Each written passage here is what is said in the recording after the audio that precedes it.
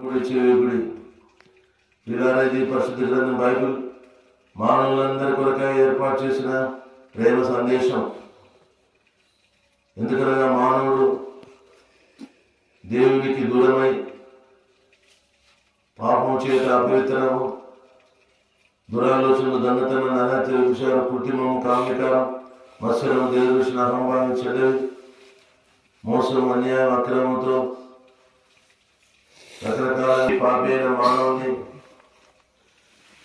ఆయన ప్రేమిస్తున్నాడు.